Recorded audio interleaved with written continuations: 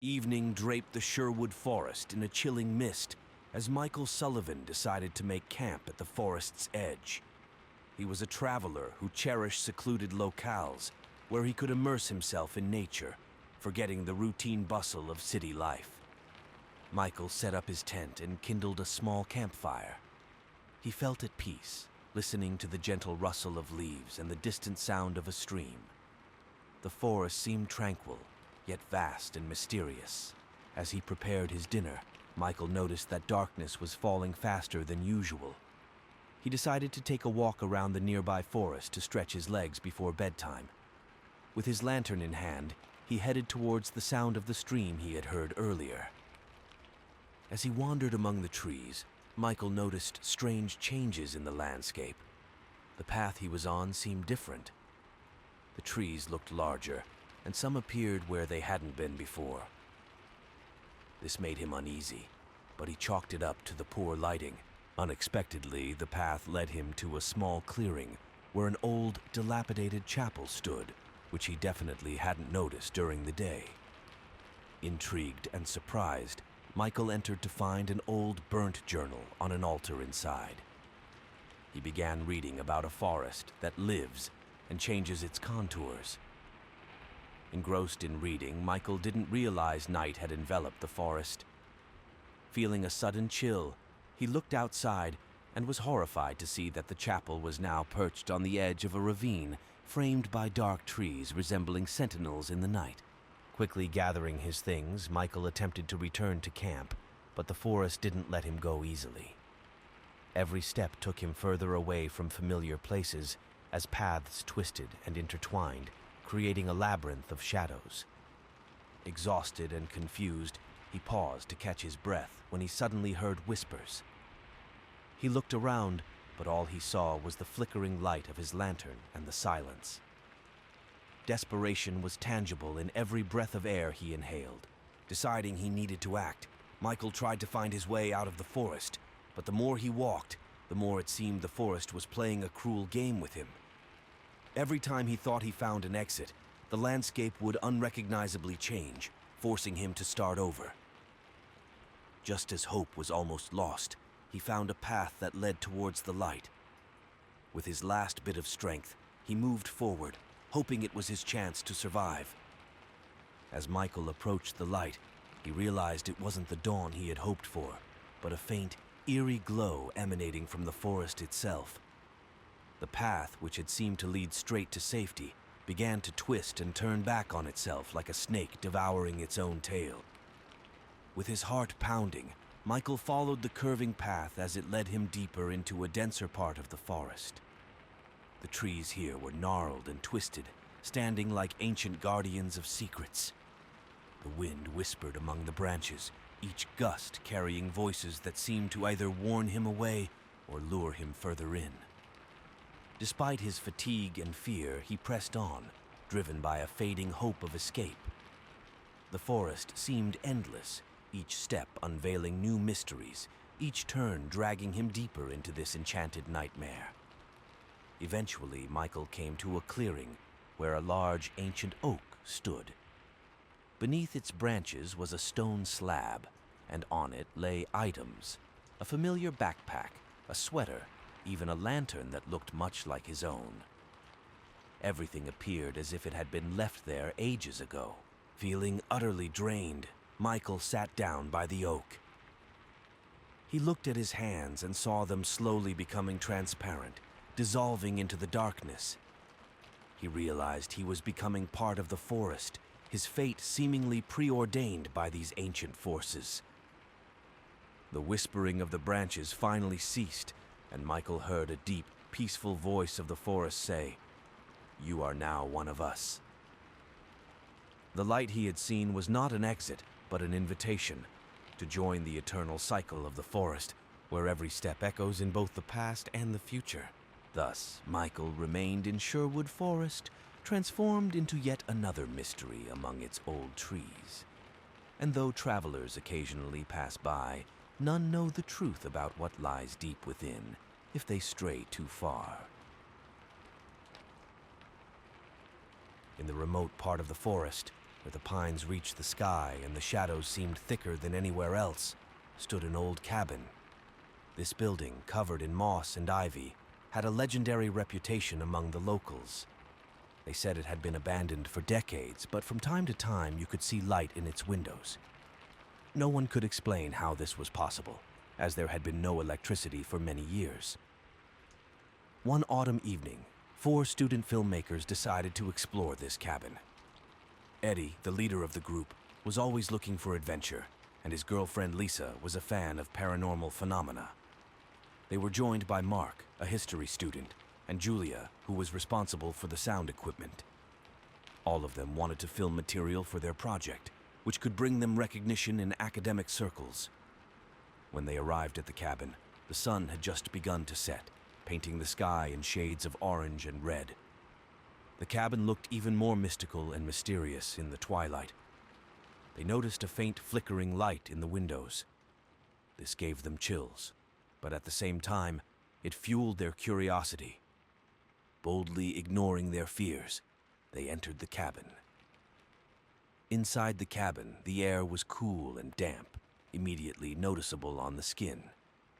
The walls were covered with layers of old paint, which was peeling off, creating the impression that the cabin was alive. On the walls hung portraits in black and white frames, depicting people from the past whose gazes seemed unusually lively in the dim light of Lisa's lantern. Mark squinted at one of the portraits, where a man with sharp features was staring directly at them. "These people could be former residents," he remarked, but Julia suddenly felt a chill run down her spine when her eyes met those old, frosty eyes. Meanwhile, Eddie found an old piano standing in the corner of one of the rooms. He pressed a few keys, hoping to hear a melody, but instead there was only one eerie, shrill sound. It made everyone shudder. Lisa approached to film the antique instrument when suddenly the lights in the cabin began to flicker. The walls suddenly came to life, casting shadows that danced among the old furniture. It looked as if the cabin was responding to their presence, creating the illusion that something invisible was moving alongside them. Julia, feeling less confident in her decision to be there, retreated to the door, ready to flee at any sign of danger. Mark, ignoring the strange phenomena, continued to browse through the old books on the shelves. He came across a leather-bound journal. Flipping to the first page, he read an entry dated over 100 years ago.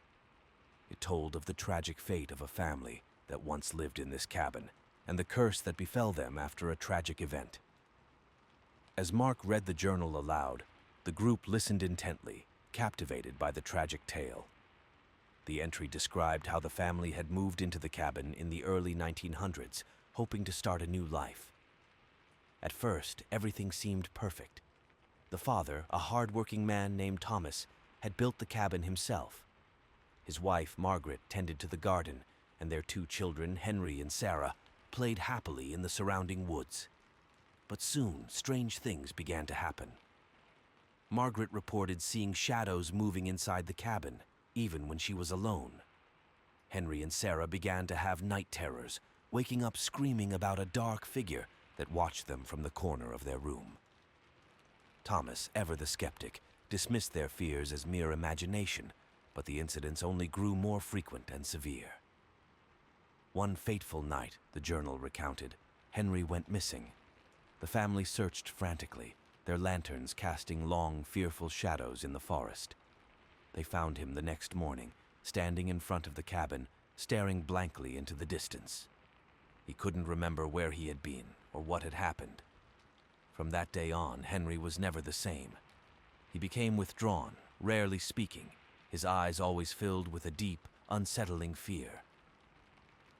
The journal entries became more erratic as Margaret's handwriting grew shaky. She wrote of doors opening and closing by themselves, of whispers in the night, and of a pervasive sense of dread that hung over the cabin. Thomas tried to keep the family together, but the strain was evident. Margaret wrote of his increasing frustration and anger, how he would spend hours chopping wood in the dead of night, as if trying to escape the cabin's invisible grasp. The final entry was brief and almost illegible. Margaret wrote that Thomas had gone into the woods and hadn't returned. She feared the worst. The children were terrified, and she felt a malevolent presence closing in on them. The last line read, "We are not alone. God help us." As Mark finished reading, a heavy silence fell over the group. The weight of the family's suffering seemed to hang in the air. Suddenly, a loud thud echoed through the cabin, making everyone jump. Eddie, trying to maintain his composure, suggested they investigate the source of the noise. They cautiously moved towards the back of the cabin, where the sound had come from. The flickering light from their lanterns cast eerie shadows on the walls. They reached a door that was slightly ajar, revealing a dark staircase leading down to the basement. Lisa hesitated, her instincts screaming to turn back, but Eddie insisted they needed to see this through. Descending the creaking stairs, the air grew colder and heavier. The basement was damp and musty, filled with old, forgotten items covered in dust. In the center of the room, they saw an old wooden chest. It looked out of place, almost as if it had been deliberately placed there. Eddie approached the chest, and with trembling hands he opened it. Inside, they found a collection of old photographs, similar to the ones hanging on the walls upstairs. But these were different. They showed the family in their final days. The last photo was the most disturbing. It depicted Henry, his eyes wide with terror, standing in front of the cabin with a shadowy figure looming behind him. As they stared at the photo, a cold breeze swept through the basement, extinguishing their lanterns. Panic set in as they fumbled in the dark, trying to relight them. In the confusion, Julia felt something brush past her. She screamed, and the others quickly gathered around her, shining their lights in every direction. They decided it was time to leave. Rushing up the stairs, they felt the oppressive presence of the cabin closing in on them. As they reached the top, the front door slammed shut with a deafening bang. Eddie and Mark struggled to open it, while Lisa and Julia huddled together, terrified. Finally, with a forceful push, they managed to burst through the door and into the night. They ran back to their car, the forest around them seeming to close in. As they drove away, the cabin's windows glowed faintly in the rearview mirror, a silent reminder of the horrors they had witnessed. Days later, when they reviewed the footage, they noticed something chilling. In the background of several shots, a shadowy figure could be seen watching them. It was always there, lurking just out of focus, a reminder that the cabin's curse was real. Eddie, determined to understand what they had encountered, returned to the cabin alone. Eddie never came back. His friends searched for him, but he was never found. The cabin remained, standing as a silent sentinel in the forest, waiting for its next victims. The legend of the old cabin grew, and the locals continued to warn others to stay away, knowing all too well the price of curiosity.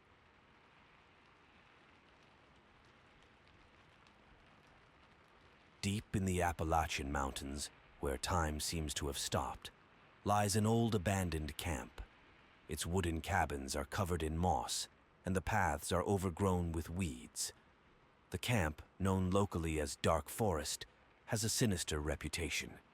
Many years ago, something terrible happened there that forced people to abandon it forever.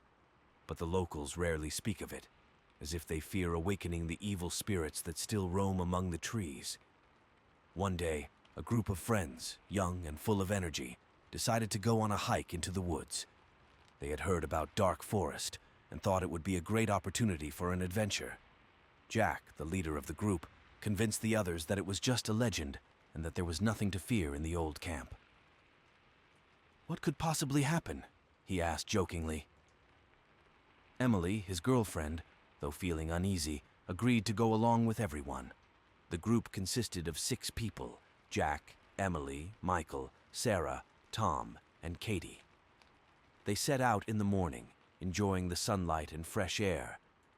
But the deeper they went into the forest, the denser the vegetation became, and the sunlight barely penetrated through the tree canopies.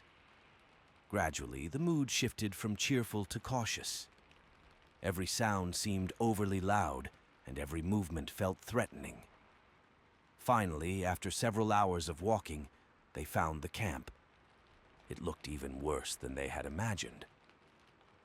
The wooden cabins were dilapidated, the doors hung on a single hinge, and the windows were boarded up.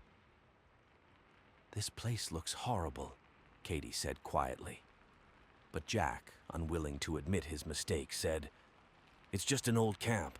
We're not staying long, just scouting around and then we'll leave." The group decided to explore the area. They split into two parts. Jack and Emily headed to the main building, while Michael, Sarah, Tom, and Katie stayed near the entrance, examining the cabins. There was a sense of tension in the air, as if the forest itself was watching them. "I don't like this place," Sarah murmured. Michael tried to reassure her, but he felt the same elusive fear. Meanwhile, Jack and Emily approached the main building, which had once served as the camp's administration. They opened the door and stepped inside.